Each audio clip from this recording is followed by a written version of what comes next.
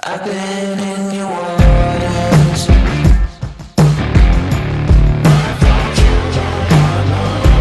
I know I can for sure.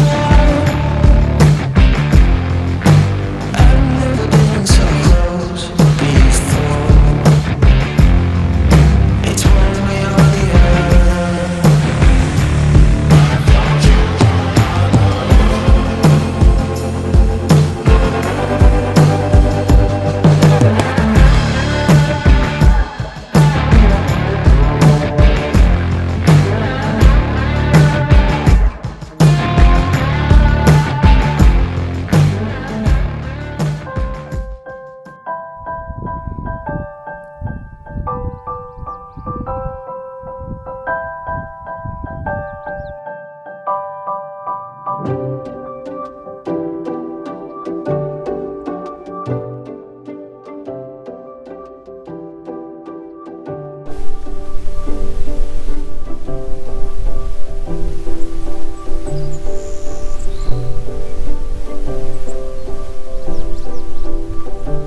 What a way to wake up.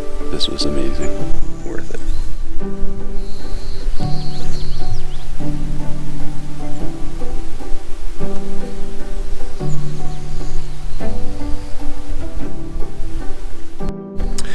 Alright, gonna start with coffee, and I'm gonna share with you guys my kind of a keto porridge that I make every morning.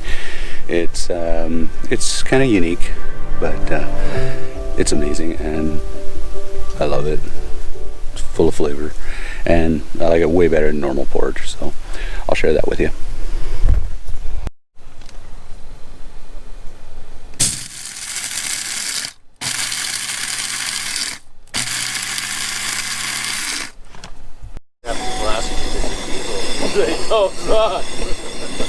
Sounds like one, but it's not a diesel. Alright, here's my porridge recipe. 2 tablespoons of almond flour, 2 tablespoons of hard hemps, 2 tablespoons of chia seeds, and 1 tablespoon of flax. Alright guys, so here we are, and making videos and stuff. Alright, once everything's put together, it's all in the bowl like so. Just put some hot water in until you get the right consistency, and just kind of let it stew for about a minute or so, so everything kind of soaks in. You might have to add a little bit more hot water. Alright, so as you can see, it does soak up the water quite a bit, so if you put a bit too much in, just let it sit a little bit. Hey Rick, thanks for stirring up my porridge. Just messing with your videos. So put a little bit of cream. I like using whipping cream 35%, and then last but not least, a big handful of blueberries, and mix them in. I love my blueberries. Don't you love your blueberries, Rick? Yes, I do. Absolutely. Awesome porridge, super filling, healthy. Well, with coffee and breakfast out of the way, we had to get down to the first corner of the province. So the next leg of the journey was basically from where we were at Eagle Butte all the way down to the Wild Horse Crossing.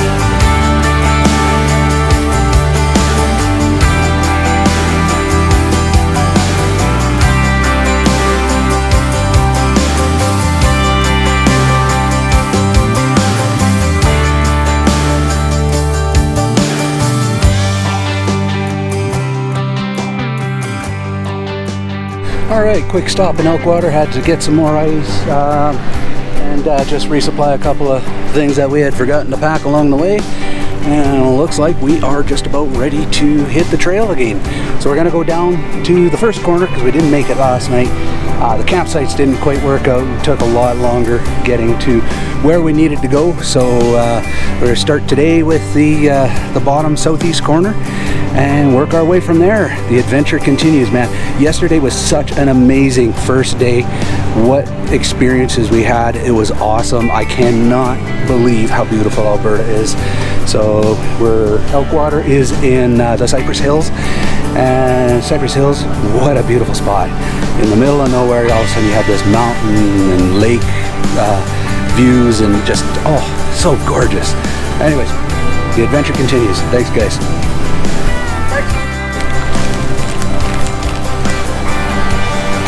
Oh, So good. Look at that, man. That's a ham and Swiss panini from, what's this place called? I think it's the Elkwater store. The Elkwater store, man. Come here, buy stuff, support local. Do it.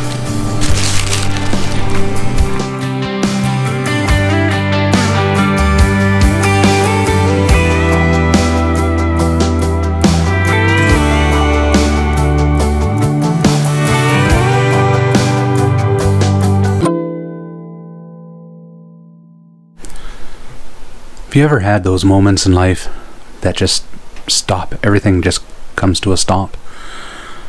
The air doesn't move.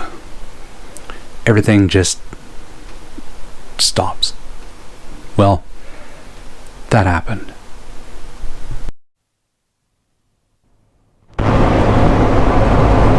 Hey everyone. So, on the trip and just received a phone call. And one of my good buddies just passed away. So, not good news. And yeah, sucks. But we're gonna see this trip through. John, I love you, man. Doing this in honor for you too. It's times like this that really make you question things and appreciate things at the same time. The people that you love, the people that are around you, the friends you're with. The family was going to hold off on doing the memorial service till I got back from the Four Corners expedition. So we were going to carry forward and we were going to finish this trip. So we were going to push forward to the first point. As we approached the U.S. Customs and border point at Wild Horse, we had to take a left-hand turn on the Range Road 23A, which is basically on almost exactly right where the border point is. Then we would push forward to the most southeastern part of the province that we can get to on roads. Alright, southeast corner, check it out. States down there, across this fence here, you're in Saskatchewan. We made it. Southeast corner. Awesome.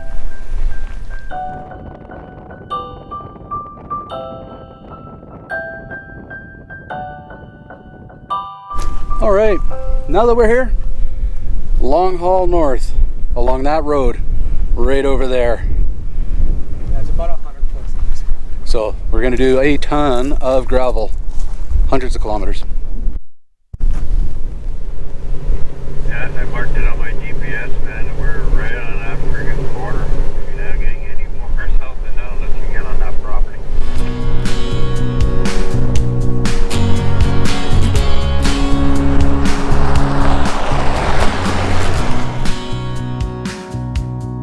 One thing we learned real fast, a lot of these roads were not on the maps, any maps.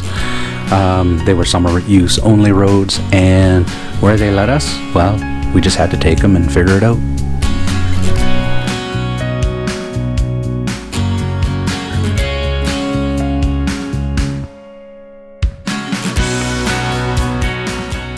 Eventually, we finally make our way back up to Cypress Hills.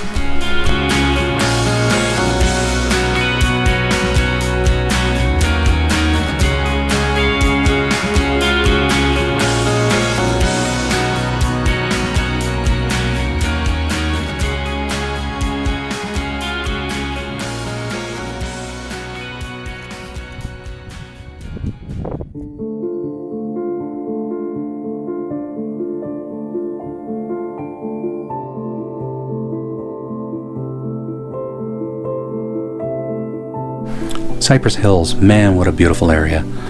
You know, this is something that absolutely blew me away. I was not expecting the visual beauty that Cypress Hills actually contains.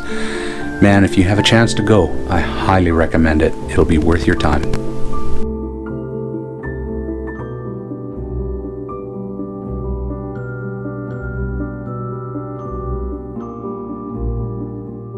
So we're here on the Cypress Hills Plateau, and awesome history. I was wondering why this existed in the middle of the prairies.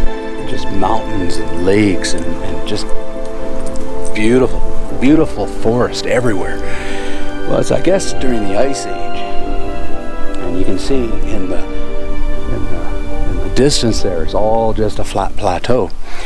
I guess the ice came here, and this was literally just an island in the ice. And that's what they're saying. And that's what created this particular beautiful area. And man, is it beautiful. It's breathtaking. But you can see for miles and miles and miles and miles and miles, that would have been nothing but ice during the Ice Age. Absolutely incredible. Really happy I'm exploring this province.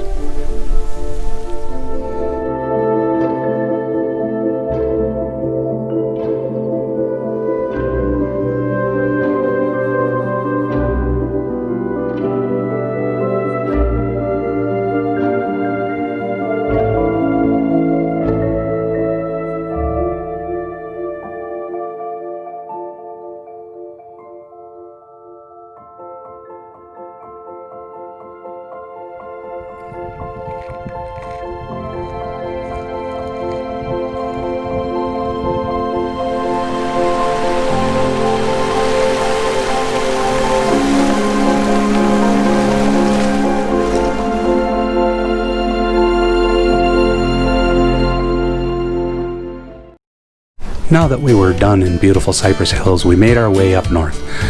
We did a lot of back roads, so it's kind of hard to trace the road, but we ended up going to a piece of crown land that we had found that was near the Badlands. Beautiful camping spot. We were going to meet Derek and Jeremy there. They were going to join us for the next leg of the trip, where we were heading up to the sand roads. And man, what a beautiful camp spot.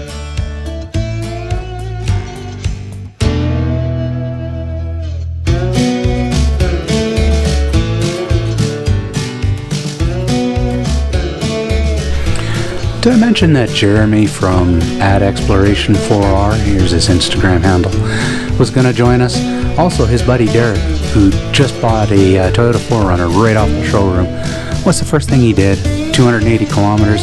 He decided to take it on an expedition. That's awesome. At least this vehicle is going to be used for what it was made for. Pretty awesome, Derek. Thanks for coming along.